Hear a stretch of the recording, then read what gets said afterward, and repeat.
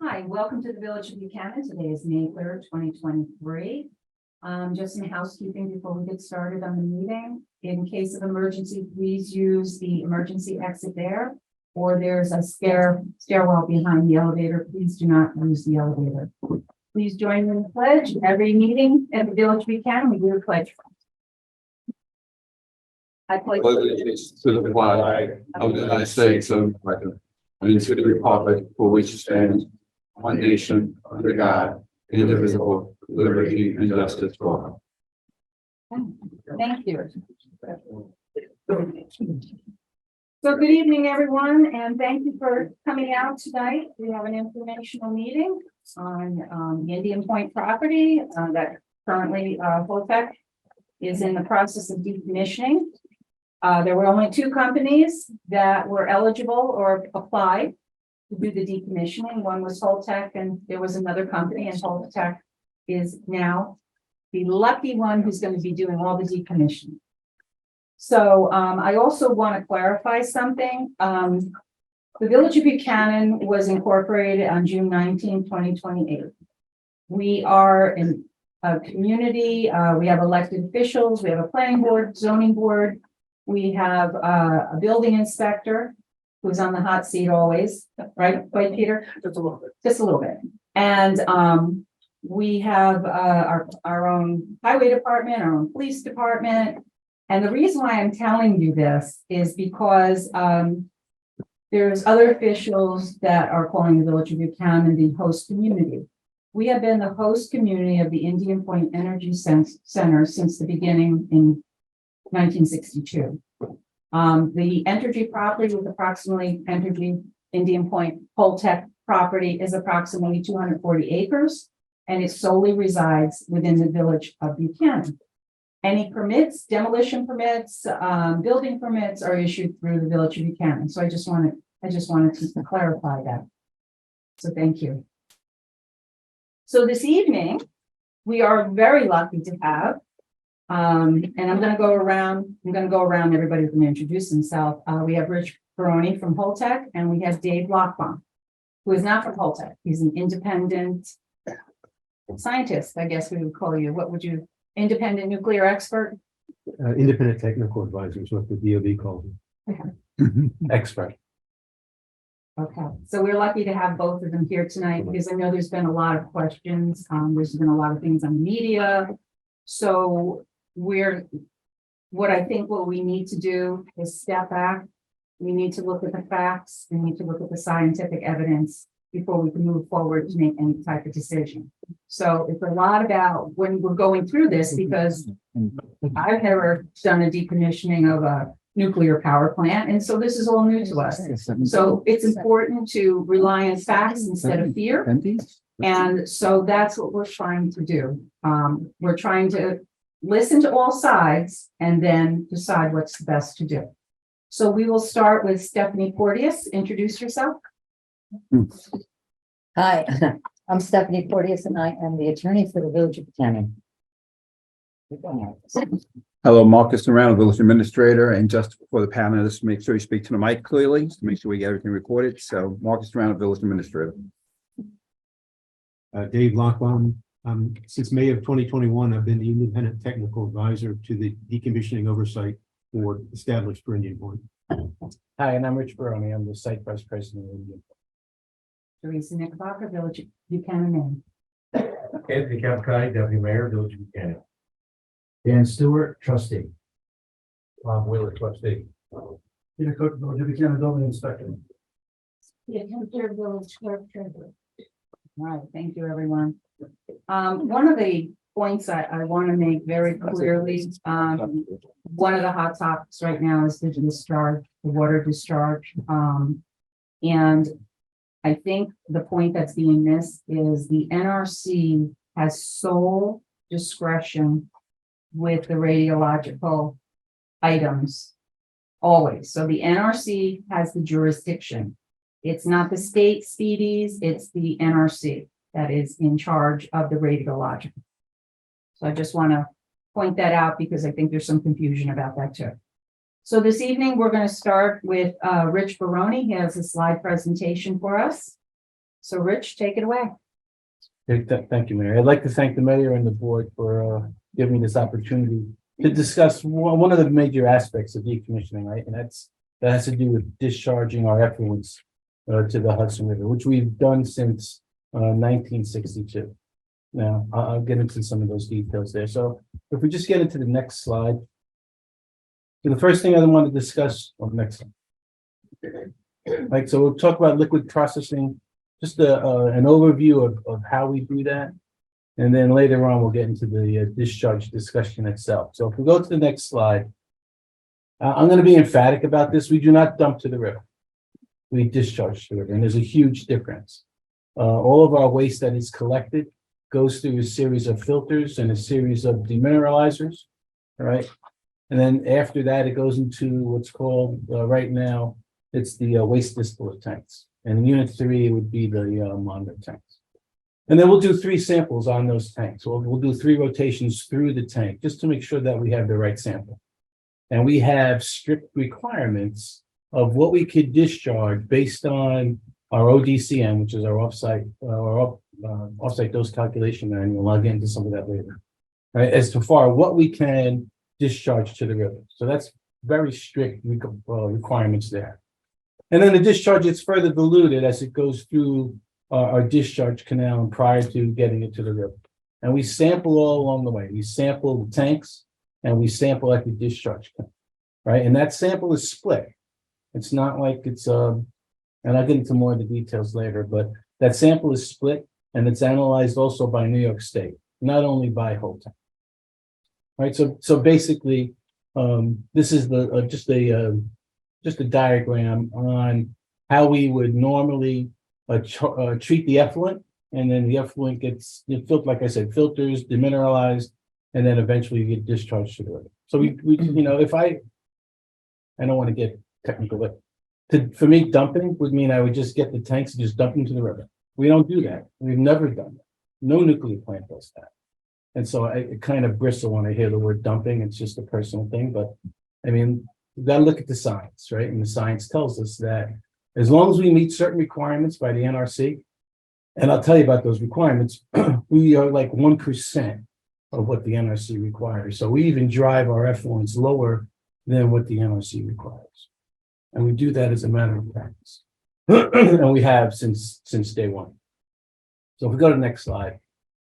Really, there's a quality control for sampling and analysis that we do. Our operations and chemistry personnel, they are qualified in accordance with approved training programs. Our qualified chemistry technicians perform daily quality checks for instrumentation used on site and are documented in the database to track performance. What actually happens is we actually get some of the labs will give us a blind sample of a radionuclide, let's just say. And the technicians have to prove that when they test that blind sample, it meets the requirements or it meets the criteria that the vendor sent us, right? So we're constantly not only qualifying our personnel, but they're subject to blind samples also, outside of what Holtec would even control, right? We use state-accredited laboratories who participate in their own QC programs, and we participate in vendor-prepared cross-check programs. So really, from a quality control standpoint and from a multiple perspective on split sampling and verifying sampling, we do a lot of that. Next slide. So really what I want to do here is just have a discharge discussion.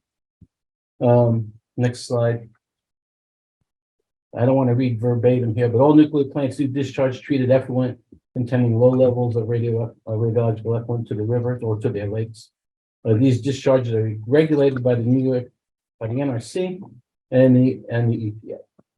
Our offsite dose calculation manual requires that the total whole body dose from liquid effluents do not exceed 3 milligram per year. We are at 1% of that 3 milligram consistently. Dave even showed independently showed slides at a DOB meeting going back, I don't know, 10, 15 years, and we're well below the 1% value. The other issue is you hear a lot of talk about municipalities that use the Hudson River for drinking water. So let's just clarify that. The southernmost municipality that uses the Hudson River for drinking water is Poughkeepsie. Poughkeepsie is 30 miles north of us. 8 miles south of Poughkeepsie, there's a control station called in Roaston, New York. And in Roaston, we take a sample of the river and we verify there that we have zero tritium above background. And then further north of Poughkeepsie, there's a Sopus, town of Esopus, Lloyd, Rhinebeck, and Hyde Park.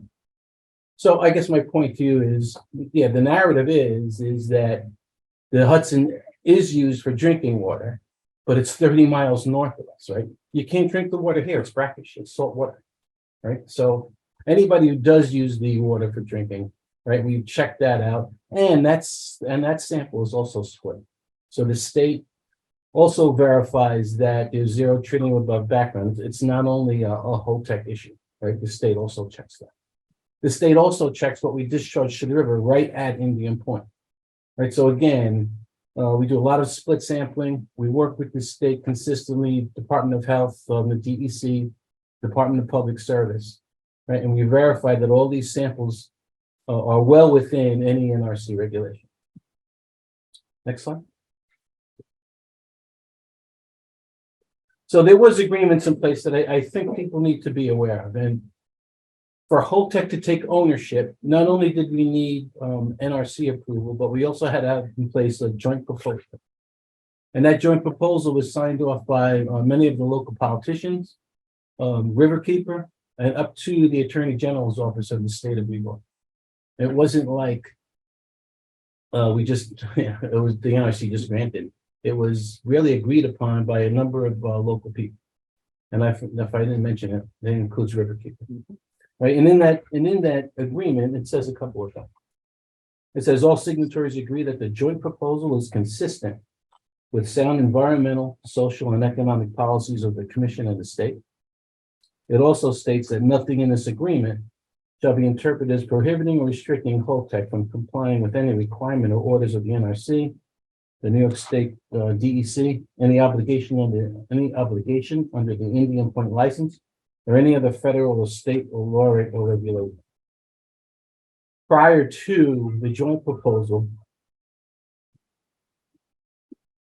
I got it. We're gonna leave, you can stay.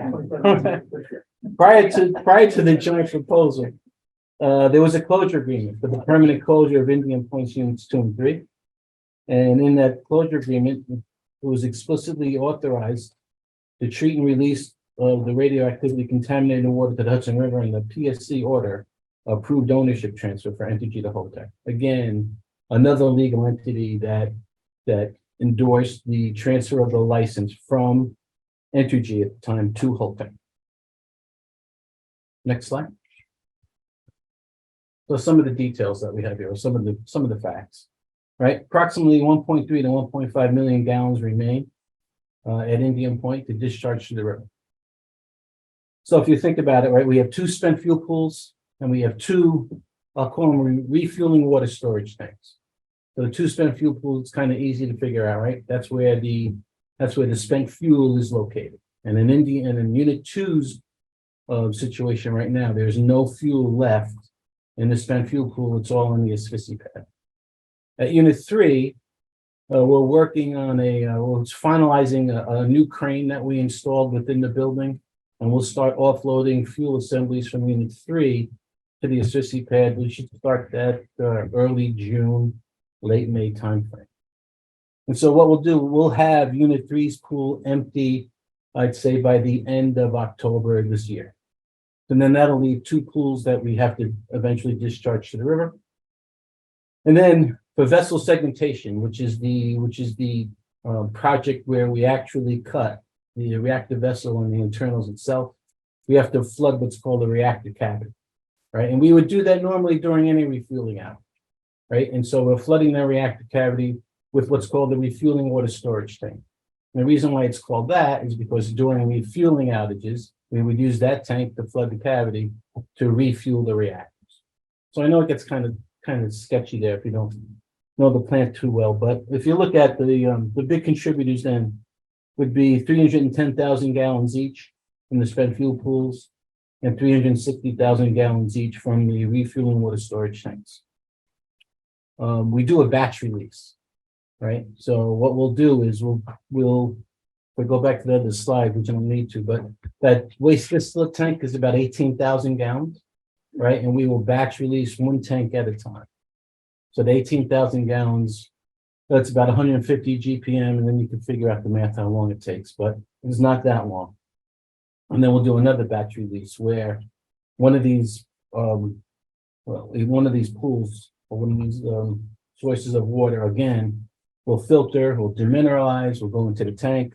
We'll do 3 rotations through the tank, verify that the samples are good, and then discharge those. So it's a process that we go through, and that just ensures that we meet all of the NRC and New York State requirements. So batch releases from the sources above, that's not going to occur all at once either, right? We're just not going to get those 4 sources of water and just discharge them all at once. So we do have a tentative schedule. This September, we will be discharging Unit 2 spent fuel pool. And I want to bring up a point on that one too. And then later on, Unit 3 spent fuel pool will be June of 24. A reactor cavity in Unit 3 will be April of 24. And then the Unit 2 reactor cavity will be August of 25. And those are the last 3 are tentative dates, depending on how those projects go. But I did make a statement at the February 2nd Decommissioning Oversight Board meeting that we were going to discharge Unit 2's pool in this August-September timeframe. So I was asked explicitly at that meeting, would I not change the date on that? And I said, absolutely not, because we do have some efficiencies. And if we're doing better than we thought we would, right, we would probably discharge a little earlier. And then I also made a commitment to notify the Decommissioning Oversight Board that if that would change or when we would discharge, I would give you a 30-day notice. I did both of those. I gave them a 30-day notice, and I wanted to do a partial discharge of the pool just to start cleaning the stainless steel liner. And the reason for that is to make sure that the pool stays subcritical. We use boric acid, right? So boric acid's a neutron absorber, right? You absorb neutrons, you don't have a reaction, right? Kind of simple, right? But the boric acid plates out on the stainless steel liner. So the only intent to do a partial discharge a little earlier was just to get a head start on cleaning. And I made the headlines pretty good. And, you know, I'm a bum. You know, I tried to circumvent the system. Yeah. But in all honesty, I did exactly what I said I would do in February 2nd. And it was only just to get a head start on cleaning so that we could, you know, the whole deal is to get this done in 12 to 15 years, right? So we need to be safe, we need to be thorough, we need to be proud, right? Just like Tom Cotton said on last Thursday. And that was the only intent, right? So trust me, you don't know me, but that was the only reason. Deb knows me. But that was the only reason, right? Was just to get the head start on cleaning. That's all. Then if you look at some of the other numbers, right? We're all, like, as an engineer and as a scientist, we're always looking at numbers, right? So the remaining volume to be processed and released is no more than 5% of the total volume released from Indian Point between 2010 and 2021. So this is the most recent data. And obviously, if you go even beyond or back from 2010 to 62, right? That 5% number gets even further reduced. And then there's less than 400 curies of tritium that remains with the sources noted above. So when the plant was operating, first of all, you need a reaction, you need a fission reaction, I'm sorry, to manufacture tritium, right? So we're not doing any more fissions, right? Both reactors are shut down, no control rods, and it's subcritical in Unit 3's pool, and Unit 2's rods are up on these fiscal pay. Right, so everything's subcritical. So we're not producing any more tritium. So what's left is, if you look at when the plant was in operation, in 1 year, we generated 1,200 curies per year. And right now, the dose to the public was still approximately 1% of the NRC limits. So the 400 curies will be discharged over a period of years. So it even drives the numbers even lower. Change the next page. Okay, so Dave will get into this, right? But the discharge to the river poses the least public risk. We made that statement. And then there are a number of samples taken by qualified in-house personnel, like I mentioned, and then there are vendors that do monitor all releases. Right, Life Sciences, Teledyne, Eckerts and Jaeger. These are all qualified laboratories that analyze our samples. Again, it's not like we do it all on our own. And then, in the spirit of cooperation with the New York State Department of Health, DEC, and the DPS, and the Westchester County Exec's Office, so we're all looking at improvements on the current split sampling techniques that would further enhance the ability of the state to provide an independent review of our releases. Basically, more of a chain of custody. We give them the sample. So we're telling them, hey, if you want to come and take the samples yourselves, you're more than welcome to do that, right? And I just wanted to point out, there have been a number of MOUs that we've worked with the state despite the joint proposal. We work with Peter, with the decommissioning, with the DEC to make sure we monitor dust generation. Right, so we did that. There's an MOU on any demolition permit that has to be issued from the village that has explicit directions for us that we can't generate dust past the site boundary. That was one. There was another MOU on the gas line, right? And how we will work with Enbridge just to make sure that if we would even come close to working on any of the gas lines, we would notify them. We did put a steel bridge or series of steel plates over the existing 30-inch and 26-inch lines, right? So that any heavy loads can go over the steel plates. It's kind of elevated from the ground so that we're not really impacting the gas lines at all. And then we also put an MOU in place to have a permanent state inspector. So we're willing to work with the state, right, and with the village, and I think we've demonstrated that pretty well. And then lastly, a lot of questions. Well, you never discharged the spent fuel pool. Well, yes, we did. In 2008, we discharged Unit 1's pool. All right, that was discharged in 2008. And if you look at the radionuclides, it included cobalt-60, cesium-137, tritium, strontium-90, and nickel. Right, and radionuclides, and those are essentially the same in Unit 2 and Unit 3 pools today. And even with those radionuclides, our total whole body dose from liquid effluents in 2008 from IPEC was much less than 1% of the allowable 3 milligram limit. Again, we just continue just to drive below the NRC limits, well within EPA standards, and well within anything that the state would want. So that's all I have. I do have, I don't know who wants to talk about this slide, this one. That's a slide from the DOB meeting, the EPA slide. Yeah, It shows the discharge level. yeah, again, less than 1%. The red line across the top is the EPA drinking water standard, and the Right. little bitty blips across the bottom are what Yeah. Indian Point has actually been releasing. So I have any questions to answer, or why don't we have? I have a few. So this EPA was at the meeting last week, and they stated that the water that's discharged is not toxic and it meets drinking water standards. So as you can see from that graph, there's quite a bit of a difference.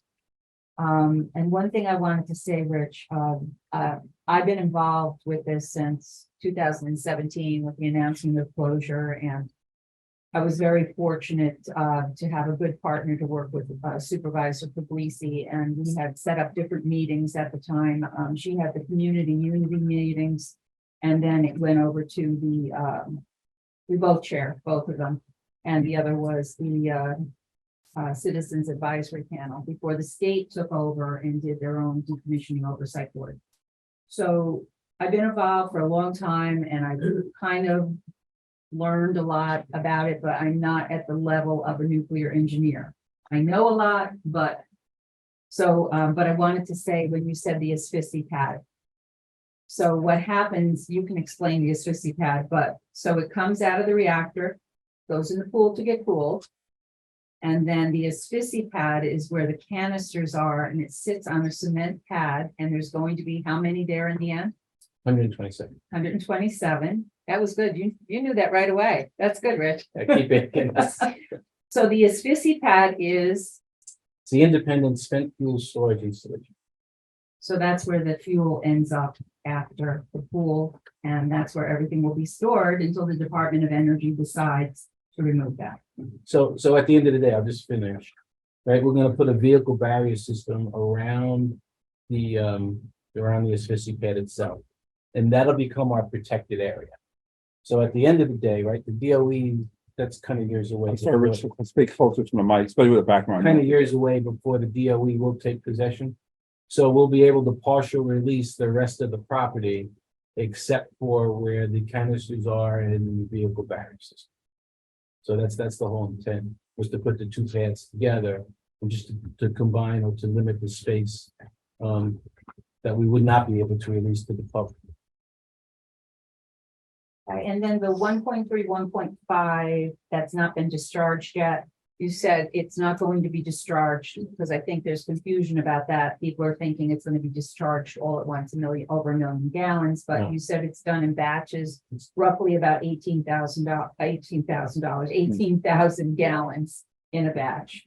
Right, so the only pool that's really ready, well, it's not even totally ready, right? The unit 2 spent fuel pool, what's left are the racks that held the fuel.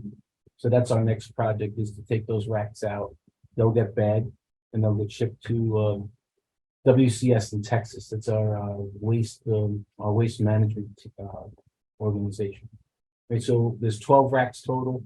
Those 12 racks will get bagged, like I said, they'll get cleaned, bagged, sent to Texas. So that'll take most of the summer, right? And we should be ready in September timeframe to discharge the unit 2 spent fuel pool. Senator Harkin asked us to wait till September also, so we'll comply with that. So in the closure agreement, the joint proposal, and also the PSDAR, the post-shutdown decommissioning activity report, that at the time addressed the water discharge. Absolutely. So I know some people, I guess, didn't understand that.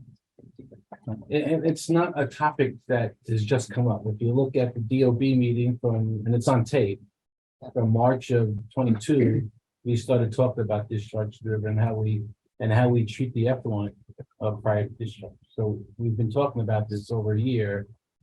And I guess recently, maybe because I wanted to discharge the 45,000 gallons, maybe that's what spurred everything on. But we've been talking about this for a long time. And most nuclear power plants discharge into a water body. Absolutely. And I know with the different agreements that were made, the main topic of that was prompt, safe, and thorough decommissioning. Correct. Could you just explain a little more on the samples, the oversight of the samples? So it's not that Holtec is the only one that does the sampling. Correct. Okay, there's been a little misunderstanding about that, the oversight of it. And I know the Department of Health is interested to get involved with that now with the sampling. Yeah. So, So it's That's another layer. it's a split sample. We'll take a sample at the discharge, at the end of the discharge canal, where the effluent actually meets the river. Right, we'll take a sample, literally a bucket of water, and it gets split by a vendor, I believe it's Norman Dew. Right, and then they'll send one sample to the laboratories that the state sanctions, and we'll send one to the laboratory that we send. And the same thing happens at Rose, right? And I think that's critical, and that verifies a zero tritium above background for the people that drink the water north of Rose. Same thing, right? So what we want to do, I think, right, to further enhance, I guess, the sampling technique, there is a chain of custody, right? So we provide the state with the sample. So our suggestion to them was to come in and take the sample yourself, and then you guys can take it, right? So then there will be no doubt that they have their own sample and we have ours. We're also looking at the sampling, or doing a split sample of the waste distillate tank before it goes into the river. So we got to negotiate that and how many times we want to do that. anybody have any questions for Rich? All right. Hey, Rich. Hey. So, the water itself never comes in contact with the spent fuel rods at all. That's not true. Not true? No, So- the spent fuel rods Yep. are in the spent fuel pool itself. Okay, all right. So then we take it out, we put it in casks, dry casks actually, right? We'll take it out, we'll put it in the cask, we'll dry out the whole cask, pressurize it with helium, right? And then put it onto the pad. So you're right, the fuel that's in the canisters on the asphyxia pad, there's no water. I get that. I'm saying in the reactor itself, when the water is used to cool. Yeah. Does it come in contact? Absolutely. Absolutely. And where would it pick up the contamination at that point? Yeah. We're talking about? Yeah. Or- Well, right now, it's only in the spent fuel pool itself, right? There's no more, there's no fuel in any of the reactors. Right? Yeah. In fact, When they were operational, I'm saying. for operation. Yeah. Yeah. So when the transfer of power took place, like the two companies bid, you had a bid on this, correct? It was that went out to bid, the Holtec and wherever the company was. And all this was in writing. And it was all agreed on by all the entities. Yeah. So Yep. where is the miscommunication? That's a loaded question. You know, admittedly, throughout the years, from a nuclear perspective, we probably didn't do as good a job as we could, right? Admittedly, and I'm trying to be as transparent and honest as I could possibly be right now. Yeah, I mean, I know that And this I job think was- I almost think that's an industry issue, not an Indian Point issue.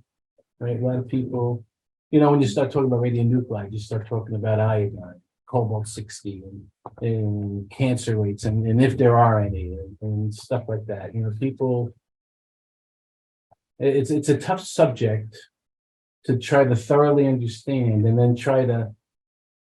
It's taken me over 40 years to try to understand it, and then to try to communicate it so that it's understandable to the general public. It's kind of a tough thing to do, right? And I think that's an industry issue, as well as an Indian. Yeah, it just seems My like 2 cents. the bid Dave, sheet Dave, comes out, jump in. everybody, you guys bid on the job, the specs are the specs. Yeah. The government, the NRC knows, the state knows, everybody knows. And now there's this misconception that we're doing something we're not supposed to do when it was legitimately on the bid list, Absolutely. a part of the work, a part of the scope of work. So, yeah, I think that's it. I think what are trying to say also was the different agreements that were made. And they specifically spelled out, and Yeah, I mean, especially this was all agreed on. yeah, the PSDAR, it was the roadmap on how the plant would be decommissioned. And that was also mentioned in there about the water. So I think what people are confused about too is like, well, first of all, some people didn't know it was being discharged for 60 years. And second of all, there were agreements made that would allow whatever company, whether it was Holtec or the other company, it would allow them to legally continue to do that. So I think he was talking more about the agreements that were made. The Well, the closure. scope of work has got to be laid out, pre-planned for decommissioning. Absolutely. And that scope of work has to be followed. And it was all evident to everybody before the decommissioning started. Absolutely. So this was knowledge to everybody previous to all of what's going on Let's sign now. the JP, yeah. Yeah. That's all I have. Thank you. Thank you. Thank you. Okay, thank you, Rich. You're welcome. And Dave Lockbaum. Dave he came all the way here from Tennessee. So we thank him very much for taking a trip to come see us and explain some other things, you know, because like I said, we're not all nuclear experts. So we have to rely on the experts. Oh, first, just to clarify one point, I was appointed to the Decommissioning Oversight Board in May of 2021. That's a volunteer job. I don't get paid for that. Nobody could undercut me on price. Job security. And the reason I did it was I've worked with colleagues in California and Massachusetts and other places where plants are going through decommissioning. And this would be an opportunity for me to understand this aspect better because my previous focus was on operating plants. So that's why I did it at low cost. I want to add something that Rich said on the release, the batch releases. He talked about sampling the 3 times it goes through the tank, and then they take the sample. The sample results are also used to establish the set point in that discharge line. If there's any surprise, if the calculation was mistaken, if they missed a hot particle or anything like that, and that radiation detector sees too much radiation going through that line, it automatically stops the flow, which helps ensure that what gets into the river is acceptable. In addition, there are samples taken, I think in 2021, there were over 1,100 samples taken of fish, the water, riverbed soil, things like that. And you're not seeing an accumulation of strontium or cesium or tritium. If it was going out at acceptable levels, but then concentrating or accumulating in the river, that would be a problem. I saw that at a plant in Kansas, where they have a man-made lake that essentially whatever leaves the plant stays there, like Las Vegas, whatever goes in that lake stays in that lake. And it's steadily approaching the 20,000 picocuries per limit because it has no place to go other than through the roof. So that would be a different situation. What I did for the DOB was look at 4 options that have been used to dispose of radioactively contaminated water in the past. The first one was discharge to the river after treating it. The second was evaporate it to the air, as was done at 3 Mile Island after it had 2.5 million gallons of water, very heavily contaminated after it melted down Unit 2. I looked at storing it on site, as is being done at Fukushima following its March 2011 triple meltdown. And I also looked at transporting it off-site for burial, as is being planned to be done with the spent fuel pool water and other water from the Vermont Yankee nuclear plant. As Rich indicated, the Unit 1 spent fuel pool water, 459,000 gallons of it, was discharged to the river after being treated. And there's very detailed data on what it was when it was in the spent fuel pool before treatment and what went out to the river. 100% of the cobalt-60 was removed from that water by the filtering. 99.9% of the cesium-137 was removed.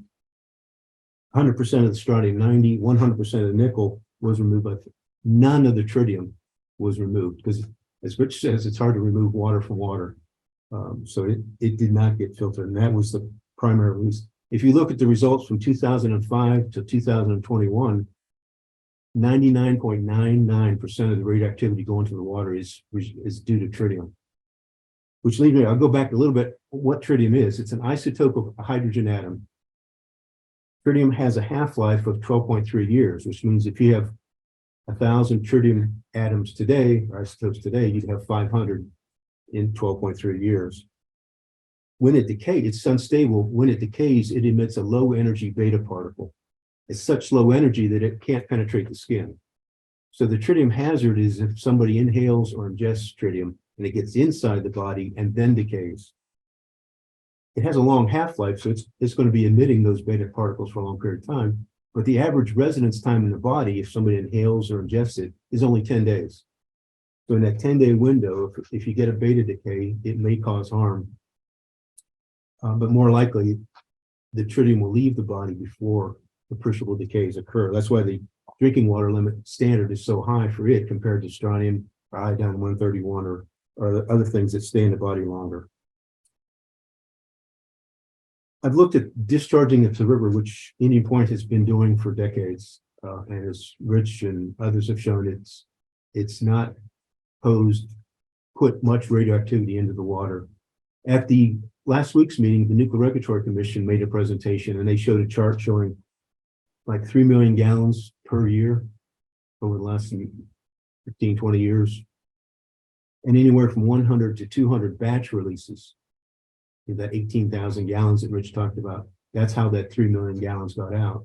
And despite all that, if you look at the data over 10, 20 years, you're not seeing it accumulate in fish or in water reservoir. It's going out to the ocean at some point. Everything I've looked at, and that's also, I looked at Zion in Illinois, which is very similar to the design and age of Indian Point. It's been fully decommissioned now. Its water was discharged. Connecticut Yankee, Maine Yankee, that's been the norm. What you did for decades was what you did during decommissioning. It was the tried and true method of disposing of radioactively contaminated water. So that's, and I didn't look at the four options to decide, say which one met the limits, which one met the speed limit. I wanted to look at the one that provided the lowest risk to the public. So I call it tritium gold, low score wins. So I was trying to look for the method that provided the lowest chance of tritium reaching somebody's body. And I think treat and release option one is the best way. I did look at 3 Mile Island because it evaporated 2.5 million gallons and was not allowed to discharge it into the Susquehanna River due to legal issues. The National Council of Radiation Protection, which is not a left-wing group, did a study of the two options, and they concluded that evaporating it to the air posed 300 times higher dose to the public than discharging it to the river. When you break it down as to why that happened, it was the various ways that the tritium got into the human body. It can be inhaled, it could fall back to the earth and be in foodstuffs or milk. Surprisingly enough, or to me, maybe, was the discharging to the air provided more tritium intake to humans in drinking water than discharging it to the river. I was a little surprised at that, but so I hadn't heard anybody advocate evaporation, but I did want to see that because it had been used in the past, and I see why it was a one and done proposition. Then looked at one we hear most often is to store it on site to allow some of the tritium to decay in the 12.3 years and then discharge it to the river. The problem with that is that tanks are very good for storing water until you put water in them. Then they leak.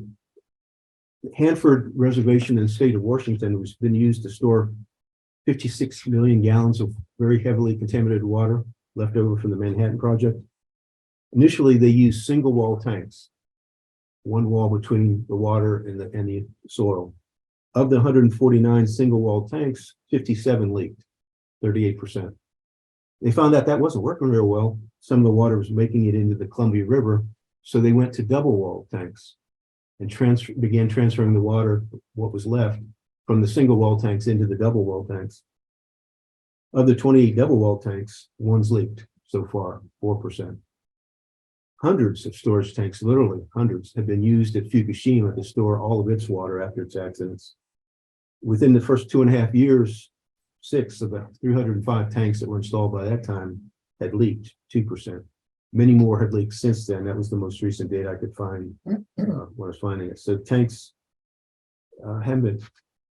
Indian Point has had some of its tanks leak. In February of 2009, the Unit 2 condensate storage tank, which has a capacity of 600,000 gallons, had a leak. It had a half-inch diameter hole in an 8-inch diameter pipe. It was estimated to be leaking 10 gallons per minute. The consultant that was hired by then Entergy to come in and look at that determined that 10 gallons per minute leak means 14,000 gallons per day leaking into the ground. It's basically the size of a batch tank every day going into the ground. It was difficult to detect a leak of that size because the tank level instrumentation is in feet, and 10 gallons per minute leak only dropped the level, I have the number here, 9 inches a day. So you get 9 inches a day drop in level in a tank that's measured in feet, level in feet. And it's difficult to detect that from evaporation. In addition, many other US nuclear plants, a long list of nuclear plants, have leaked. The most common reason for a tank leaking is that the level instrumentation failed, and people try to put 200,000 gallons into a 150,000 gallon tank, and it overflows. The Oyster Creek plant, the Vermont Yankee plant, 140,000 gallons was drained into the river over a 2-day period before they noticed it and stopped it. More recently, the Browns Ferry plant in New Palermo in Alabama, where I worked earlier. I have an alibi. It happened after I left, but they overflowed one of their tanks for the same reason. The level instrumentation failed. Some of the other common reasons are the pipes freeze in cold weather, break, and when it thaws out, it provides an opening for water to leave the tank and escape. There's also been some talk about using bladders inside the tank, kind of like a big balloon inside the tank, both the bladder and the tank would have to fail for water to reach the environment. The state of Washington's Department of Health says the average bladder lasts 5 to 7 years. So a bladder lasting 7 years, holding water for 12 years, is not really. In addition, some of the tanks originally at Indian Point had bladders in them. They were removed because they failed. So you didn't need, they weren't serving that purpose. They were just physically removed after they failed. So that if the tanks don't leak after 12 years, or however long you wait, and then discharge it to the river, that would be lower risk. But the chances of the tanks lasting that long without leaking are so low that I got a better chance of winning the lottery than winning by lottery tickets. So it doesn't seem to be the answer to this. It just seems to be trading problems. What it reminds me of is the Eastland. Has anybody heard of the steamship Eastland? Anybody heard of the Titanic? Eastland didn't sink. It capsized while tied to the dock in the Chicago River in July of 1915. The reason it capsized was a law was passed after the Titanic to put lifeboats in for every passenger and crew member. Well, the added weight made it unstable. Still tied to the dock, it rolled over and capsized in Chicago. It killed more passengers than died in the Titanic. So the safety fix just traded problems. It didn't solve them. I look at the tanks on site storage as being a equivalent of the Eastland. It looks good, has great intentions, but it probably won't work. The last option I looked at was transporting it off-site, as is being contemplated for Mount Yankee. First of all, they required an exemption from federal safety regulations to do that, because neither the Department of Transportation nor the Nuclear Regulatory Commission's regulations allow you to transport radioactivity in liquid form. So they had to get an exemption from those requirements. The NRC's exemption did not look at the potential for an accident en route. They just assumed the tanks would get from A to B. And they're going to transport it to someplace in Idaho, not Grandview, Idaho. They know where it is, Grandview, Idaho. But they assume there's no chance of an accident en route, even though they're just standard tanker trucks. They're not no special cask like they use for shipping spent fuel. In addition, if it gets there with no accident free and no leaks and stuff like that, they're going to mix it with 47 million pounds of clay to make radioactive mud that they then bury. No special tank, no, just underground. And the dose to people living around there will be higher than the dose that was shown earlier going to the Hudson River. Of course, that's people in Idaho. What do we care? It's the environmental justice issue. It seems that would be a little bit difficult. I don't know if they knew about that. Still, the stuff shows up there. It hasn't gone yet, but I don't know if the people in Idaho know what's the state of Vermont's about to give them. So anyway, I looked at the four options, and I have an open mind. If there's a better option, I'd gladly jump to it. And I just haven't seen any evidence suggesting that the tried and true method of treating the water, removing as much radioactivity as possible, and then discharging the rest to the river is the best way to do it. By the way, the law allows Holtec or whoever owns Indian Point to also account for the dilution from the Hudson River. They don't do that. They only take credit for the dilution from their own flow, which currently is like 80,000 gallons per minute minimum. So that's what they use when they determine what the concentration is going into the river. They're allowed under the law to also take, and the Hudson River is pretty big. I didn't guess how, but it seems larger than 80,000 gallon per minute flow. They don't take credit for that additional dilution that is reality. So with that, I'd be glad to answer any questions or. No, I also wanted to ask you about the storage containers. At one of the DOB meetings, you had mentioned that they are vented through the top. Yeah, that's good. The storage tanks are vented because if you don't vent the tanks and you fill them with water, the air that has no place to go can overpressure can cause the tank to collapse. Conversely, if the water is pulled out, the tank, if it draws a vacuum, can actually implode or collapse. And that's to prevent that. the tanks are equipped with vents, and if the water inside evaporates, if any of the hydrogen molecules are tritium, then that's tritium vapor going out. That is not monitored. The Reuter-Stokes detectors, the 16 that ring the plant, detect gamma. They would not detect tritium beta emissions. So they would, I don't know how much it would take over 12 years for how many gallons would evaporate, but it wouldn't be, it's going to be more than a gallon. So then if it was a windy day, that could be airborne, That's just good. Yeah. or as it evaporates, it would come off of the tank and I guess potentially just fall on the ground in the area. That's a good point, because the wind blows as the wind blows. Right? So we have what are called wind roses that tell you what percent of the time the wind is blowing in which directions. And fortunately, most of the time it's not going towards the BV school, but some of the time it is, and you have no control over that. So if the tank is venting tritium vapor and it's going towards the school,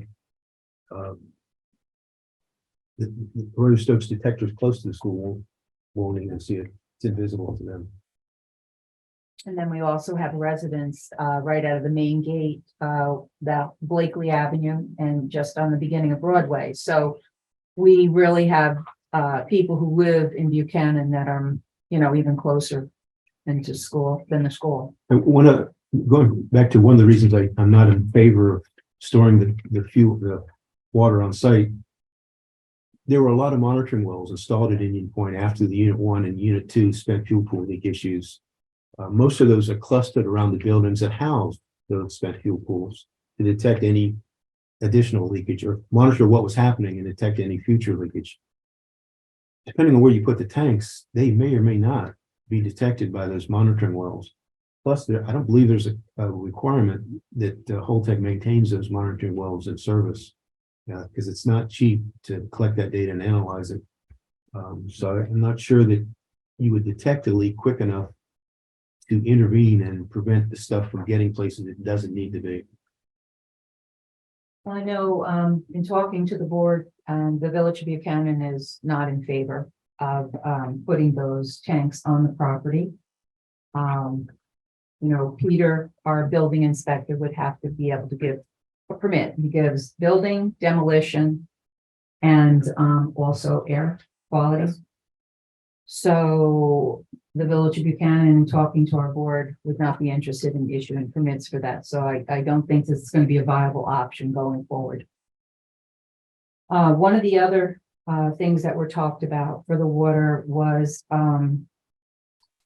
putting them on, I guess, transporting them and putting them out into international waters, like on barges or something like that. And I know you were at the DLB meeting last week, and that was clarified. That's not happening either, because there's laws and you can't go out into the international waters. So that will not happen. And then one of the other options I heard was like nothing at all, to just leave it in the storage, where the storage pools, the pools now. That's not an option. Well, then we can't proceed with decommissioning that. So it's kind of some. That's right. The other thing, a few years ago on another issue, I looked at the Pilgrim nuclear plant, which is a boiling water reactor, but it has a spent fuel pool. And if you ask the fuel, it wouldn't know if it was a pressurized water reactor like Indian Point or a BWR like Pilgrim. 94% of the tritium that left that plant was evaporation from the spent fuel pool. So it's going to get out. I think the best way to deal with it is put it out in a way that minimizes the chances that somebody inhales or ingests that tritium, whatever form it's in, and just watching it, sitting there and watching it, just doesn't seem to be. It didn't even make the top four, the bottom four, so I wouldn't vote for that one. Okay. Yeah, and we're all trying to figure out what is the most viable option. We do realize that the Indian Point property is, it's in the Village of Buchanan, but what happens there does affect the surrounding communities. So, and from the beginning of this, with the announcement, the mantra was safe decommissioning, or that's what the Village of Buchanan was saying, safe decommissioning and restoration of the property. So that's what we're still continuing to work on that. We would prefer to work with the other elected officials and to come to a solution. And also, there's an anti-nuclear group that has their own opinions on what should happen. But we're just looking for the safest way for everyone. And we want the decommissioning process to continue because, as you've seen in Oyster Creek, as you've seen in Pilgrim, there's a 4-year pause on that. And we would rather see the decommissioning process continue because it's in the best interest of everyone, the Village of Buchanan, our neighbors. So that's got to be the direction, but there seems to be a lot of confusion and different thoughts going on with the way the water should be done. And so I'm going to ask Rich this question. So Rich, if it had to go on pause, what would that look like? What would that look like for the workforce? If we had to go on pause, we would not go forward with the decommissioning process. And unfortunately, I probably wouldn't need all the union workers that we have on site, as well as some of the management people. Right, so it just kind of makes sense. If I can't go forward with decommissioning, then in all probability, we'd be laying people off. And right now, we have an excellent team of operating engineers, carpenters, iron workers, boiler makers. I mean, everybody's getting along really well. The segmentation project is really taking off. The installation of this crane in Unit 3 spent fuel pool building. This guy's did an excellent job. I mean, it's massive steel that we're putting in these buildings. And so some of that stuff just going to stop. And I think one of the biggest losses would be the workforce over there. Yeah, I mean, Holtec kept most of the Entergy employees who know the plant the best. yeah, I mean, and I'm big on teamwork, right? So right now we have a great team, right? UWA Teamsters, I could keep naming it all. It's a great team. Everybody's working really well together, right? So to destroy that or to stop it is just not going to help anything. It's not related to that question, but I hear Holtec criticized sometimes for saying they chose that path because that's the cheapest way. And if you look at that, there was plenty of margin between what they're discharging and what the limit is. They could easily trade margin for profit and not cycle the thing for 3 times to make sure that they've really got it analyzed right. Not clean it up to its lower levels. That costs money to clean the water up. It's not just one pass through the filters and demines. It might be more than one. And that drives costs up. So for the cheapest method, they would take some shortcuts, still meet the speed limit, but make some money. So they're not doing it just the cheapest way across the board. And he didn't pay me in advance or I did not. Yeah. So, yeah, and once again, it would be a loss of the employees that we have over there who have the experience and the knowledge of that plant. So that would be a travesty unto itself. Any other board members, you guys have any questions? No? I just want to make one more pitch. Well, Holtec has instructed me to be as open and transparent as possible. I think we've had at least 300 people come and do a tour since I've been site vice president. I think all the board members have been on. Yes. And I would welcome anybody. If you want to take a tour, I could take you into the spent fuel pool. We could take you into the containment buildings. We could do it all. We could show you everything that we're doing. There's no hidden tricks. We're pretty much up on board, and we just want to get through this decommissioning process. Kind of the bottom line here. We'd like to see it completed. I won't be, I'd like to see it. I'd like to be around to the end, but there's no guarantees. Does anybody in the audience have any questions? Oh, Herschel, yes, please. What I didn't hear. Oh, please come up to the podium. Thank you.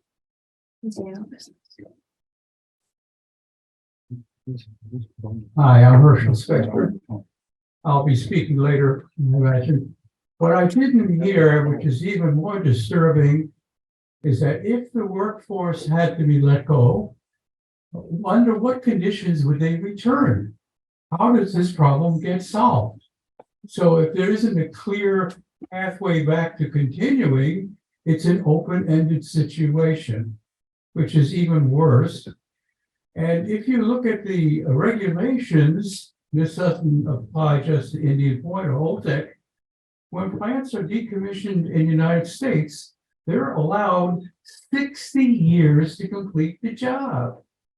Now, I, as a citizen in this area, I don't want that problem continuing to my grandchildren being ready to retire on Social Security. So I would say it's not when you open the door and you say you can't operate this process anymore and there's no clear way back, we're in trouble. Thank you. Thank you, Herschel. And Herschel, you didn't tell, the audience your background? Oh, well, I'll be getting into it if you want now. All right.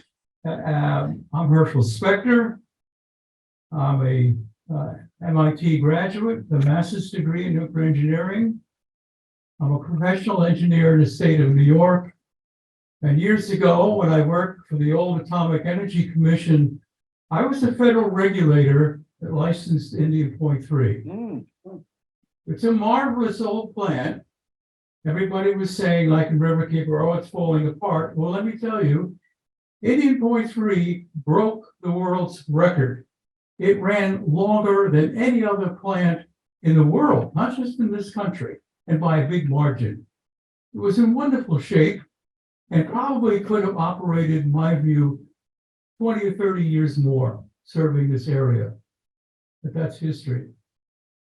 When I attended a few days ago at the meeting of the decommissioning board and listened to the people, I felt a certain sadness. I thought a lot of people had been, frankly, and I use the word shortchanged. There should have been a meeting years ago, even before this whole process started, which allowed citizens, elected officials, anybody to raise the kinds of questions that are being raised now. But that meeting never happened. And Teresa asked for a hearing. The governor Cuomo asked for a hearing. The two senators we have asked for a hearing from the NRC. All the people in the House of Representatives, they asked, and all of them were brushed aside. They were legitimate questions, could have been asked, could have been answered, but instead, since there was no hearing, suspicion grew, distrust grew, and as a result, we're finally getting around to asking the questions that should have been asked back in maybe 2017. And but now it's a sour situation. I heard at that meeting, some people on one side would say something which I knew to be true, and others on the other side would scorn it, and then would reverse, and each side was scorning the other. If we continue to not even give modest trust to everyone, we're in deep trouble. Speaking as a professional engineer, I have heard nothing that says this is an issue. Even when we talk about, well, a gallon here or a 2 milligram there, it's milligram rather. These are trivial numbers. Give you some perspective. In the United States, we have background radiation. It's highly measured. It averages around 300 milligram per year. We also have radiation from medical procedures. We've all been through it. And they've been growing every year as we learn more. We get CAT scans, X-rays, PET scans, you name it. We're now in a situation where we're just about twice the level of radiation that we had before, with the other half now coming out of medical processes. What does that mean? All that stuff. So I went back and I recalculated what would the impact be of these additional medical practices if I use the same formulation that the Nuclear Regulatory Commission uses. What they do is they theoretically add up every little person. That one got this much, and then what they call a collective dose. And then they multiply it by another factor. And when I did that, I came up with close to 50,000 additional deaths each and every year just from medical practices. Horrifying? No, it's wrong. The formulation is wrong. So then so it's wacky. The regulations themselves are beyond being conservative. They don't serve you very well.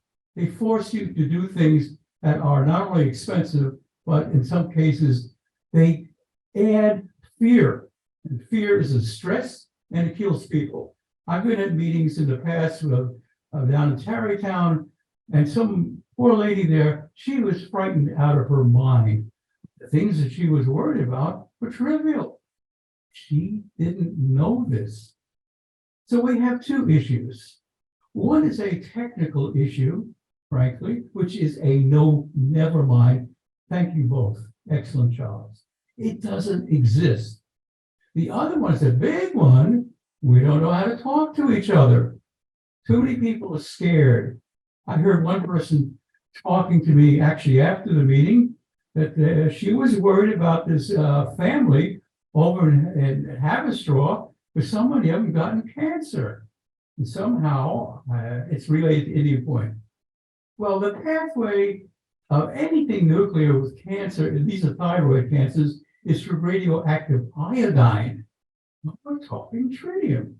It's worse than atoms in oranges and apples. But it's an indication of a gross failure to communicate. So what we're doing tonight is a small step in the right direction. We have to work with each other, a certain element of trust but verify. It still works, but go ahead, let the other person talk. I also heard some strange things about accumulated doses. I'm going to give this report over to Peter, who's been very good about it, but it's kind of interesting. According to the experts, unless you get to very high radiation levels, these things don't accumulate. Why? Because the body, the human body, has developed over millions of years, and it's highly resistant to a lot of things that attack it. It's highly resistant, not just to radiation. Radiation's a big nothing for the human body. There are things that go on from your natural metabolism which attack the DNA. So in this report, I was astounded. At the level of the natural background, this is radiation now, you get about between 3 to 30 breakages per DNA cell per year, 3 to 30. The natural processes of the body produce around 2.5 million per year. What are we talking about? It's ridiculous. So when you have that, and this is new stuff for me, I never studied people. The thing is, we have a non-technical problem and a huge communication problem. Have to fix it. Thank you. Thank you. I think you summed up the communication problem. It is a problem. I do have some questions that were submitted. So we'll leave Rich and Dave on the hot seat. And some of them have been answered too. So was releasing the tritiated water from decommissioning into the Hudson River part of the agreed upon decommissioning plan? Yeah. Yes. That was in the joint proposal for the Public Service Commission. Have cancer rates around Indian Point plant ever been studied? If so, what are the findings? And that was one of the questions I had asked at the DOB because there were comments being made and there's no facts, there's no data. These questions, just so you know, are from Lisa Wentz, who's gotten very involved in this, so I thank you, Lisa. What is the monitoring process around the plan, as well as monitoring in very local areas of Buchanan and Verplank, and Rich can answer that. So right outside the plant proper, there are 3 Reuters Stokes rad monitors. They check for radiation there. We have various air sampling units that check them, like Dave was talking about. All the other monitoring that we put together, it is external to the plant. Air quality, radioactive. What Could would I- be, Could I oh, just sure, add to Richard? absolutely. When I looked at that data, which is reported annually, and there's a link on the Department of Public Services Indian Point Decommissioning Oversight Board to those annual reports. To me, it's there's no way somebody could be putting their thumb on the scale on what's going out in the river, because the detectors would pick it up, the sampling would pick it up. They're all consistently showing low levels of radioactivity, which kind of hard for somebody, Entergy or Holtec or anybody, to hit the scale that much and get everybody in, and even the state has data going back to 1999 of their own sampling of the Hudson River treating level. So it's just not there. I think the other piece too is the DEC is working with, I don't know if they've selected a vendor yet, but to come up with an air monitoring program, just to ensure that at a minimum, there's no impact to the BV school with our decommissioning efforts, as well as the rest of the Hudson Valley or Hendrick Hudson schools. So we talked about the several options. She had asked about the several options proposed. The storage tanks, so we've answered that. Oh, if tanks became the final option, would the water be treated before being put into the tanks? It's a hypothetical, but I would assume it would be. Okay. Another option suggested is solidifying the radioactive effluent and holding it on site or shipping it elsewhere. How safe is that? Is it safer than the tanks? Would it be a safety risk of shipping it elsewhere? I think we answered some of those. Does solidifying the effluent allow for the water to break down over time with the same half-life calculations? And the answer is yes. Yes, okay. And by the way, that's so hardening or solidifying the liquid waste is what's being contemplated to be done with the water that hasn't leaked out of the tanks at Hanford. They're going to vitrify it, which basically turns it into like glass logs and bury it in the desert out there. That's their plan. Groups in favor of closing at Indian Point noted that the plan has a gas line running underneath. And there's also a fault line and a target for terrorist attacks, as well as a possibility of damaging storms. How would these tanks hold up under these threats? I would estimate. The tanks were, if the tanks were used to store. Again, that's a hypothetical, but there was a study done by Oak Ridge National Labs that if the gas lines were to rupture right now, there would be no effect to any of the safety systems or even the spent fuel pool at Unit 3. And that report came out recently. Right, yeah. There seems to be a great deal of misinformation on social media. Oh, yeah. It was stated that the only agency overseeing demolition is the Village of Buchanan Code Enforcement. Could this be clarified? Well, we have the NRC. The NRC. Multiple state agencies. Yeah. You can see at the DOB meeting, and I'll give a plug for the DOB meeting. You're right. We really don't communicate well, but at least at those meetings, they're civil, right? Holtec or any other technical expert will give their opinion, and the people who I'll classify as against the commission give their opinion. But at least it's a civil discussion, and we need to continue that.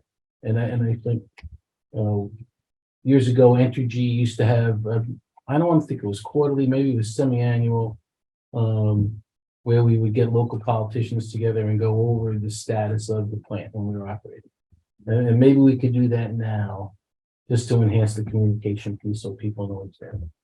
I So I think that that would was, be that good, was yeah, one idea, so we did continue to do that. We'll yeah. tie in with the DOD, Tom Cogman, see if they want to get involved with us. I think it opens up the communication channels because Entergy always used to have that, so that was Yeah, we always did. good. We all kept up on that, and then we were able to speak to the community on what was going on too. And the DOB meetings, I will give Tom Cogden credit. Tom Cogden is the chair of the decommissioning oversight board that the state had set up. And it's been very informative. And they have brought in a lot of different people and you know, we have a technical expert on board. So I think those meetings have been very productive and informative also. Plus I got my own webpage on their website. They put all my reports on one page. But I think the biggest thing for those meetings is that it's really not confrontational, right? And if you were to go to a meeting up in Pilgrim, doesn't do justice to what we do at the DOD. It really doesn't. So what resources are available? This is probably for Dave, from independent research that can fact check a great deal of information that is arising from people pro and con to the aspects of the decommissioning process. I mentioned earlier, by law, federal law, the owner must submit 2 annual reports to the Nuclear Regulatory Commission. One lists all the radioactive material they release to the water, air, or they shipped offsite in solid form. It breaks it down by isotope, what the quantities are. They're very detailed. The second one is the sampling results, the sampling that must be done. They also have like 10-year trends of what the tritium levels or cesium levels have been over the previous 10 years. The Decommissioning Oversight Board webpage does have a link to those NRC reports for Indian Point. They're all on one webpage for the NRC. In addition, the Nuclear Regulatory Commission publishes through, I think, the Oak Ridge National Lab, where they look at the results from all the plants being decommissioned, Zion, Indian Point, elsewhere, and they show what the radiation doses to the workers are and what the radioactive releases to the air and water are for those sites. And you can see that during operation, both the workers and the materials released were high, and they dropped off almost like a cliff once the plant permanently shut down. That helped me figure out that Indian Point was running in the pack. They weren't isolated, good or bad. They were, what we're seeing here is what we're seeing elsewhere. So there's nothing tricky going on at Indian Point. So both of those, they're available on site. Excuse me, not on site. They're available on the web, online. And they're a little bit high in nuke speak and technical jargon, but the graphs are pretty cool. But one report was due May 1st, that was issued to the NRC, and the second one is issued, was required to be issued by May 15th, and that's on track. So the NRC still continues their oversight of the Absolutely. property. One last question from Lisa. What has been learned from other recent decommissioned nuclear power plants regarding safe demolition beyond the effluent? Is there information about the safety of dust that may be created, soil contamination during demolition, including lead and asbestos? I'm glad that was asked, because I should have mentioned this, but I looked at the Zion plant, which was very similar to Indian Point in design, and it has now been fully decommissioned. One of the final steps in decommissioning is the owner says it's all clean, we're good to go. The Nuclear Regulatory Commission does that trust but verify thing. They send in Oak Ridge scientists to survey to make sure that the owner report was right. What they found at Zion was a number of hot particles, radioactive particles that were left around the former containment building. They had put in some dust control measures that caused the hot particles to drop to the ground, and they just didn't clean them up until Oak Ridge caught them. The reason I bring that up is I'm a little concerned that if the storage tanks, anything that delays getting to that point at Indian Point may delay finding those hot particles and removing those hot particles. Because they were just laying on the ground as trucks drove by, whatever kicked them up in the air, they could have migrated off-site.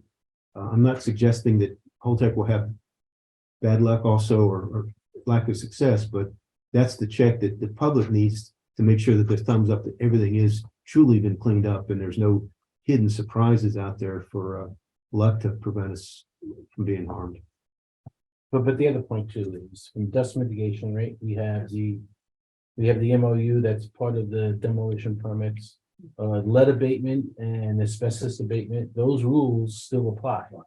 In fact, we're taking some asbestos insulation out of the unit one's containment building, we're stripping that building now, so all of the requirements for asbestos abatement and for lead abatement still apply. Right, so that standard is not changed. And then, because people are concerned about the decommissioning and the dust and the domes, so once again, there's no plan of starting to take apart those domes for, At least 10, 12 years, and I mean, we've had success with diamond wire cutting, which is water cooled. You can see how we expanded the equipment hatches at both units. I think I've shown everybody, right, how that diamond wire cutting goes right through the 3 to 4 foot thick concrete with reinforced rebar and with the 3/4 inch steel plate behind it. Can we expand that for the whole dome? I mean, those are things we need to look at, but we do have some time to figure out what we would do. And in demolition of any concrete structure is going to require the structure to be wetted down anyway. I mean, that's just a normal construction process, right? Or deconstruction process, however you want to call it, right? So, again, we can't generate dust beyond the site boundary. That's what the permit says, and we will. thank you. Moving on to Warren Smith from Verplank. These are for Dave, so you can take a break. Rich. So several of our elected officials have suggested that we store the treated water in tanks on the site for a prolonged period of time. Our Portland Town Supervisor suggested 12 or maybe 24 years. So, how many tanks would it take to store the tritiated water for an extended period? Have anybody roughly figured how many it would look like? Yeah, I looked at, one tank, you can have a 1.3 gallon tank, I don't want a large size, but if you did the 18,000 gallon tanks, the batch tanks, it takes about 56 tanks. If you look at if you assume that the tank has a 2% chance of failure or 98% chance of not failing, with 56 tanks, you have like a 67% chance that at least one of them fails. So the more it's like Russian roulette, the more times you pull the trigger, the more likely you get a bad outcome. But the risk ends up being about the same, because a catastrophic failure of a 1 million gallon tank is, with a 2% chance of failure, is 20,000 gallons goes out.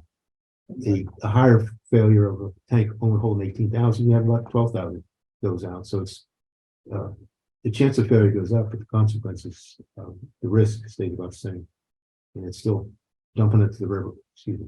Don't hit me! Don't hit me! Discharging it to the river. But the other piece too is we're trying to minimize the space that we can't partially release to the river or to whoever, right? To build up your tax base. So if I have to, how many tanks? 56. So if I have to put 56 tanks on the property, which will expand the protected area at the end of the day, that's that much less acreage that could be free release to the public, right? And I don't think we want to do that. Plus, I asked the Nuclear Regulatory Commission if they do store the water on site, because it's not in what the NOC's reviewed today. Would that require NOC permission to do so, or could Holtec just do it on its own? The NOC said that it would pretty much, it's speculative, so they don't like to gaze into a crystal ball, which might be a bowling ball. But they basically said it's going to require a license amendment or some other exemption from the rules, because that's not the way the NRC does business. Okay, so, and some of these things are answered. I'm just going to read. Would the tanks need to be vented? We said yes. If so, would that mean that the residents in the 1 2 mile radius would be exposed to evaporated tritium or other contaminants? Is there any way to know what the dose levels would be? I think for that, I'd go back to the TMI study that was done by the National Council of Radiation Protection. They looked at if that evaporated water, it actually did, it posed a higher risk than releasing it to the river. And not just a little bit higher, it was 300 times higher. So it seems to be problematic. So I think we've safely concluded that the tanks are not a viable alternative. Trading golf, you don't win going that route. Is there a way to calculate the probability of a leak?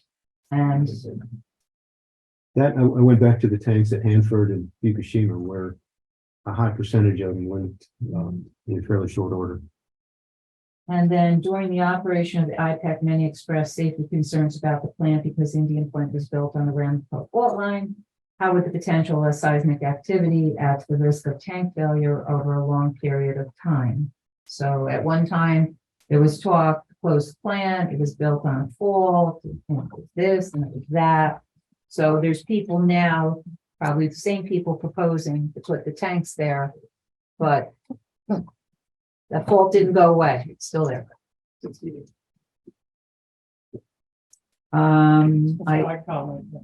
Sure, yeah, Here comes the mic. come to the mic, yes.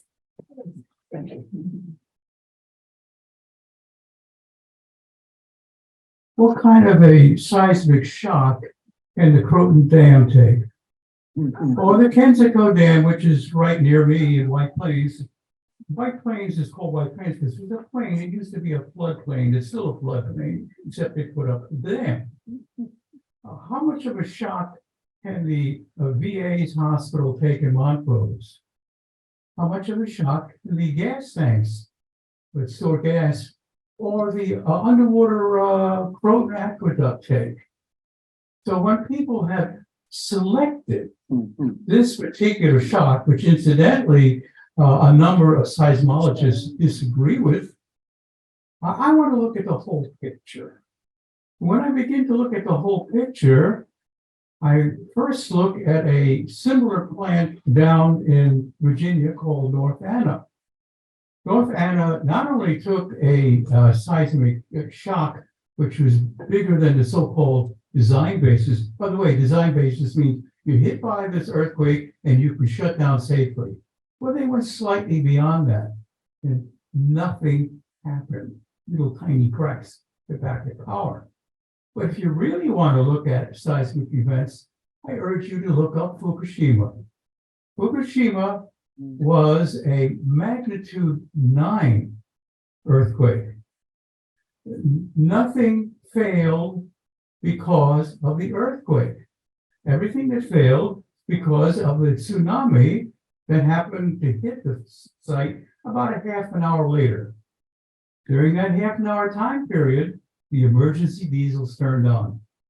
They got the control center to those diesels was flooded out by the tsunami. The bottom line is that the Indian Point plants and these structures that are being talked about now are probably one of the most robust structures in the United States. Don't look there. Look at the schools, the VA hospital, your pipelines. That's where the seismic risk is. It's not there. These are trivial. Thank you. Okay, this is from a Wilda Bias in Buchanan. What safety measures will be taken during the decommissioning activities to ensure that the general public and the environment are not negatively impacted? Well.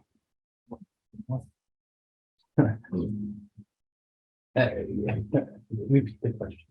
Okay, I know you were talking, I shouldn't have done that. No, I shouldn't have been talking like that.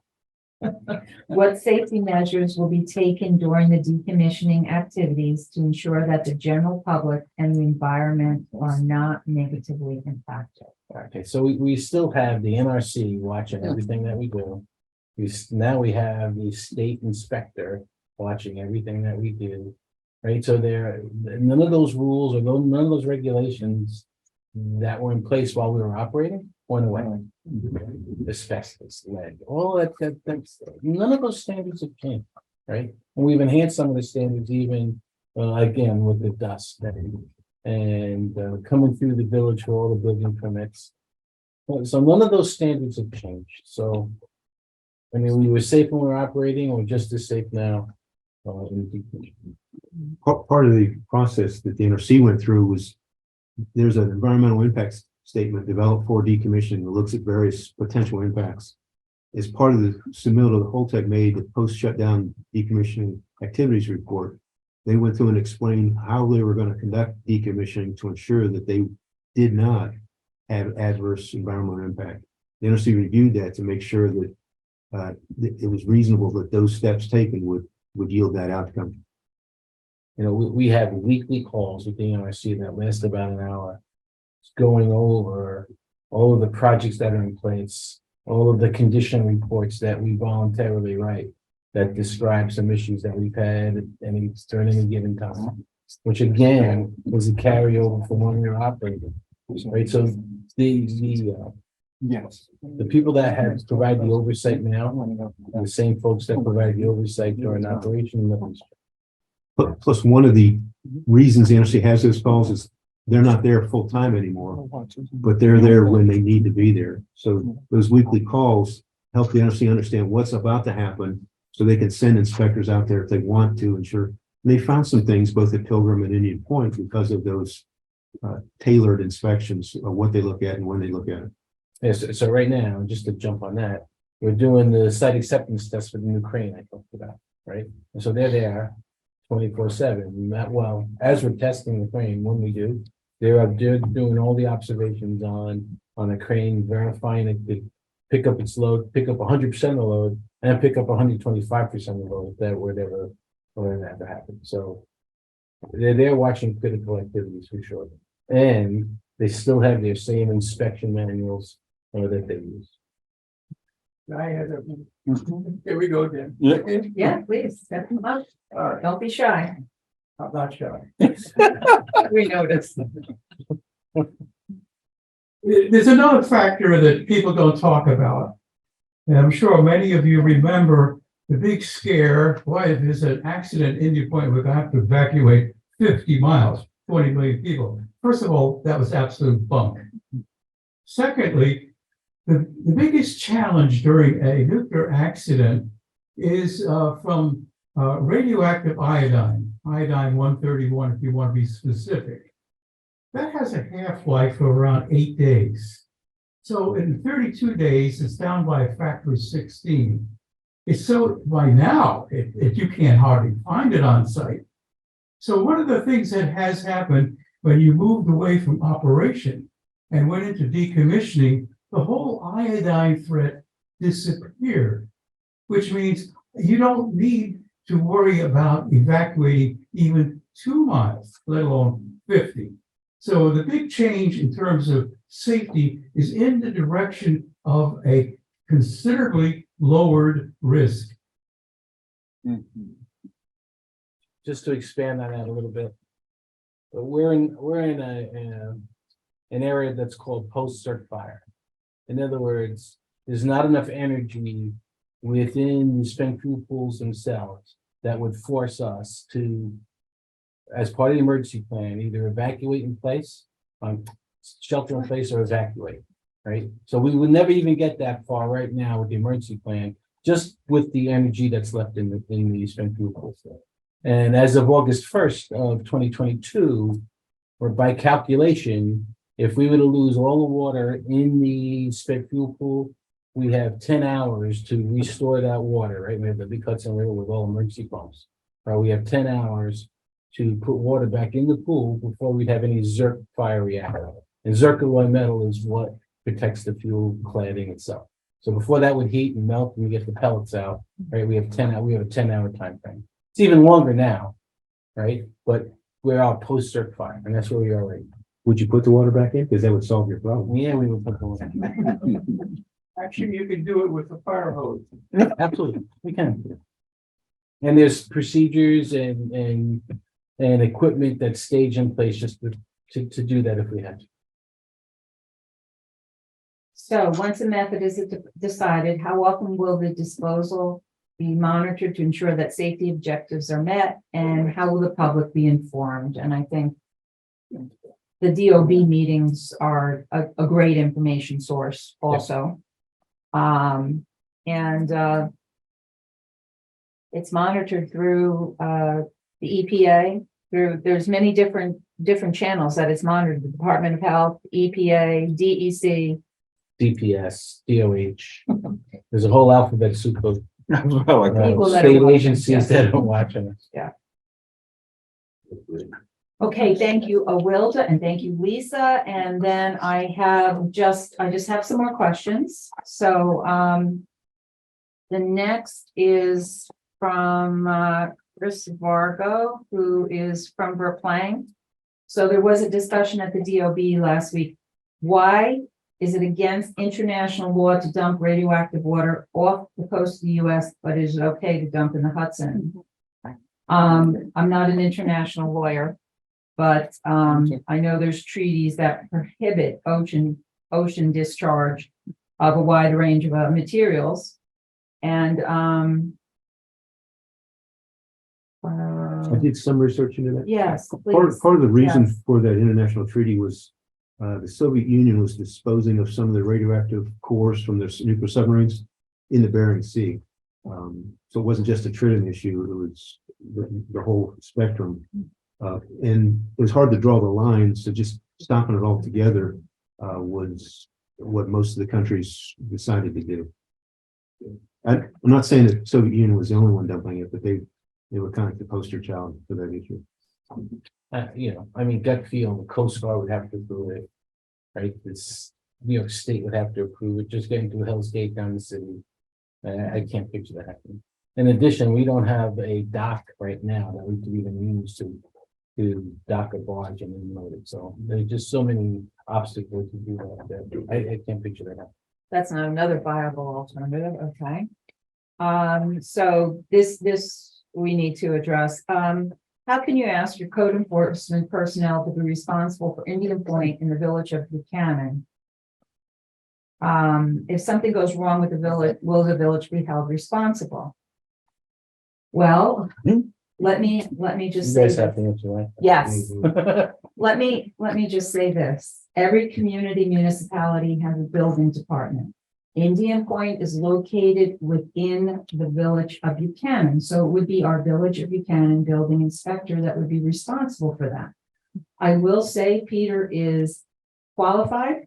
He has the education and the experience behind him.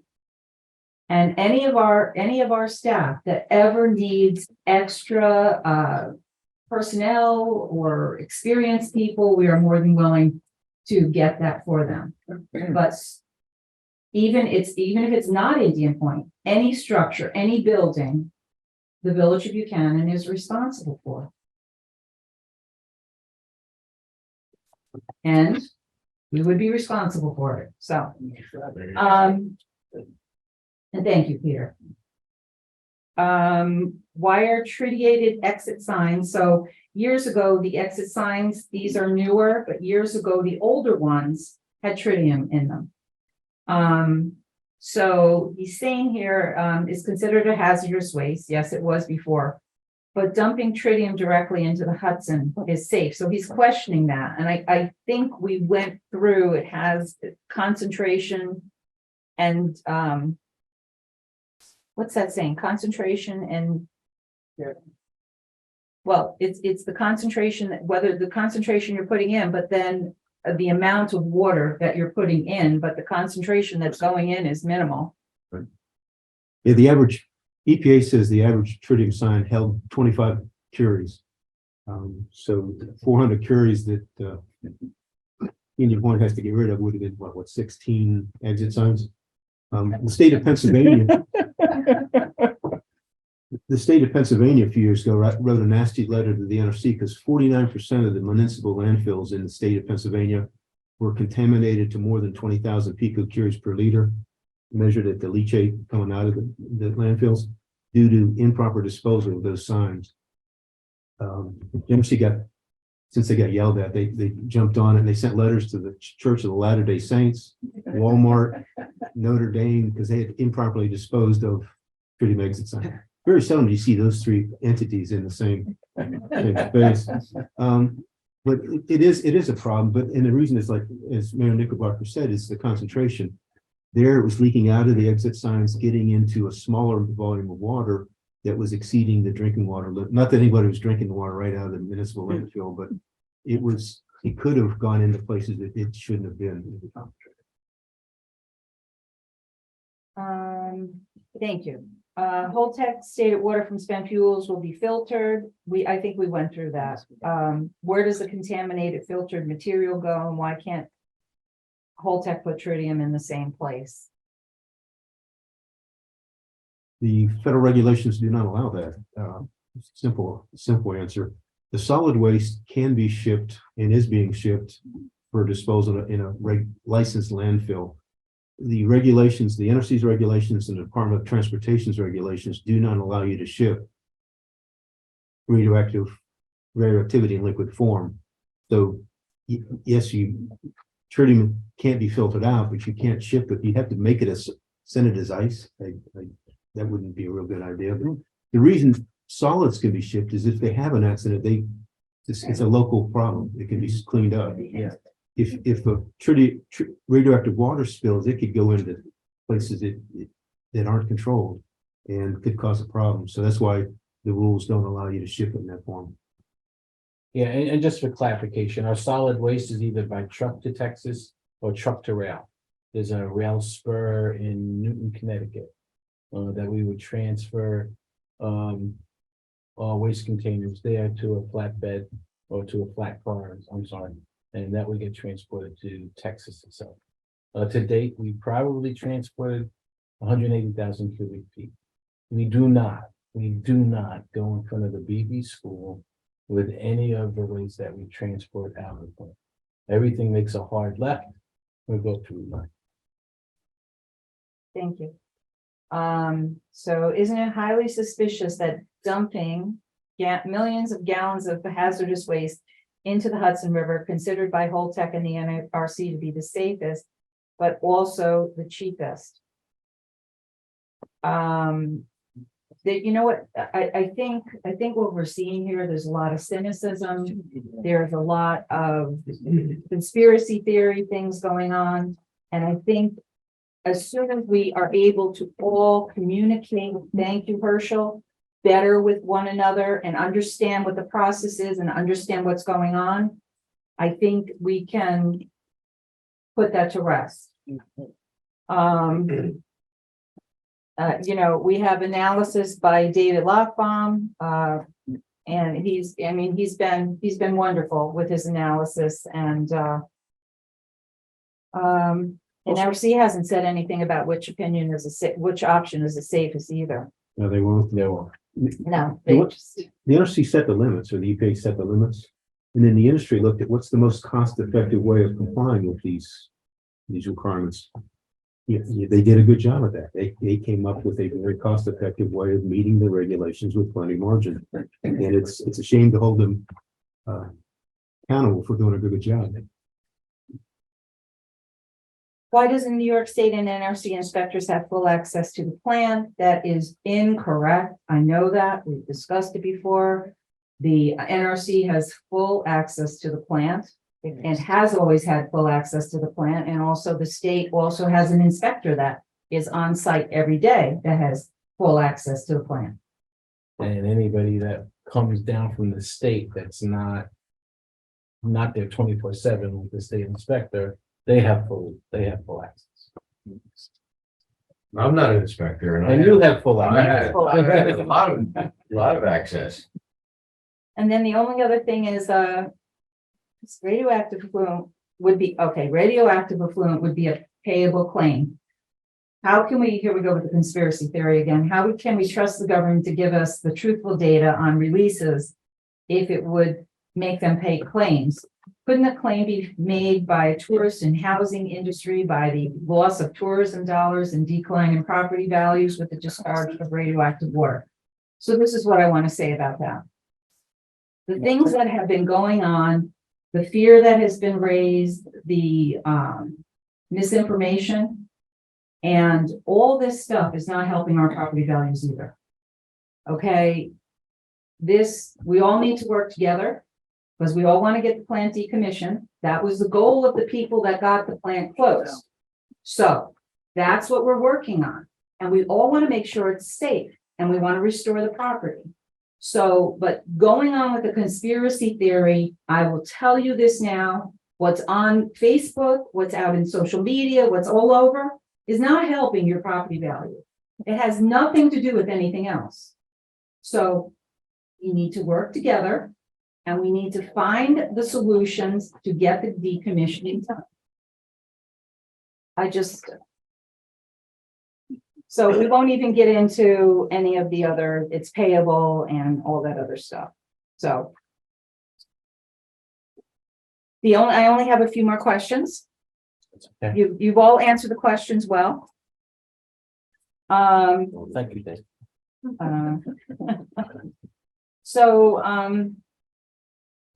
They mentioned, and this might be something for the next DOB meeting, they mentioned, but did not say what the tritium readings are in river upstream, downstream of plan.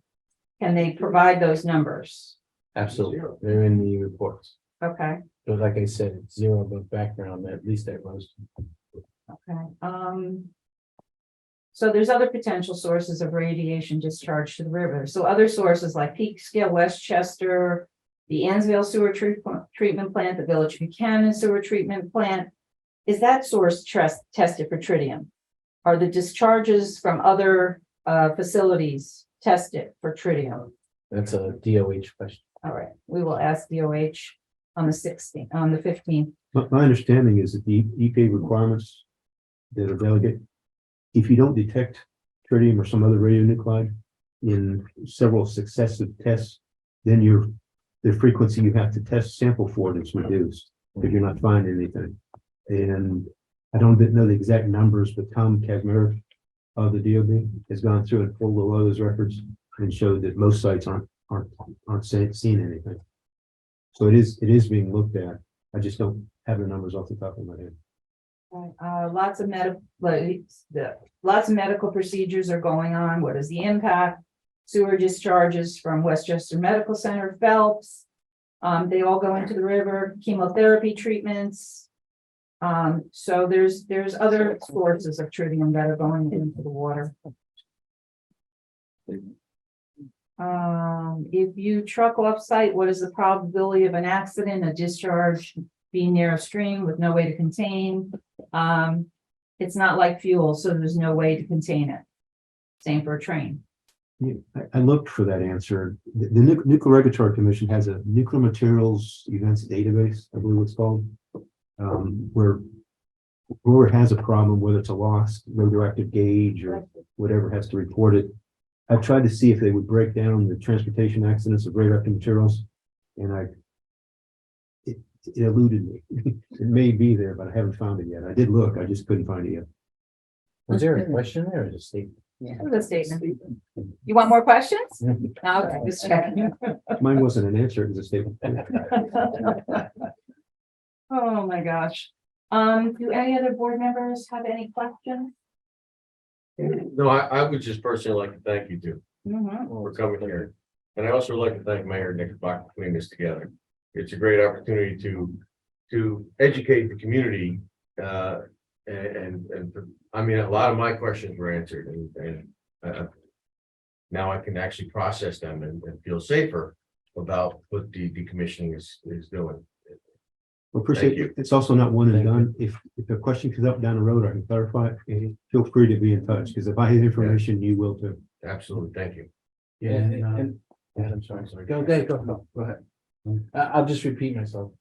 Anytime you want to come to the plant, more than welcome, right? Well, like I said, we at least 300 people, right? And I have no problem with that. The more we can educate people, I think the better off all of it. I would just like to say, take Rich up on that offer. All of us as board members have been over there. Take the tour. I would like to thank Teresa for putting this together and these two gentlemen for spending such, spending time with us to give us all this useful information. I think, I walked out of here with a lot more knowledge than when I came in here almost 2 hours ago. So thank you. My pleasure. And Rich, I'm sure a lot of people will take you up on those tours, but I think when you understand something, you have less fear.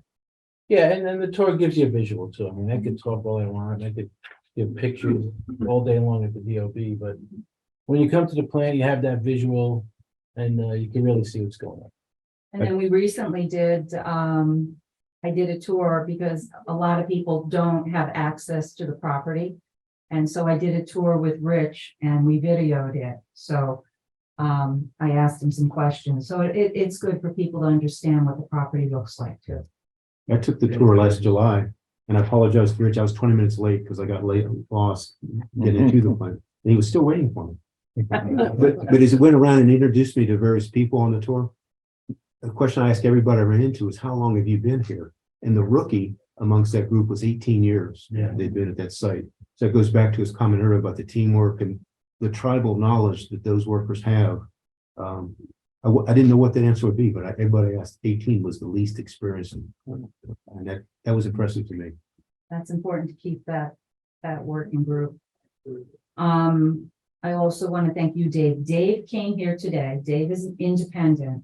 He did not charge. He comes from Tennessee. So he is footing the bill from coming to from Tennessee. So we really appreciate that. You know, not everybody would do that. Thank you. I did get a free dinner out of it. And so did everybody else. But no, thank you. We really appreciate it. There's been a lot of questions, a lot of misinformation, a lot of information. And it just, you know what, just all I could say to the public is, please come to the decommissioning oversight board meetings. We might have other meetings here as we go along. Ask questions. Don't, just because you see something somewhere doesn't mean that's the truth. And we all know that on social media. Ask questions. That's how you learn. And we can't, my board here cannot make decisions. Not just, you have to have facts. You have to be educated on the subject. So that's, I give my board a lot of credit. They've been asking a lot of questions.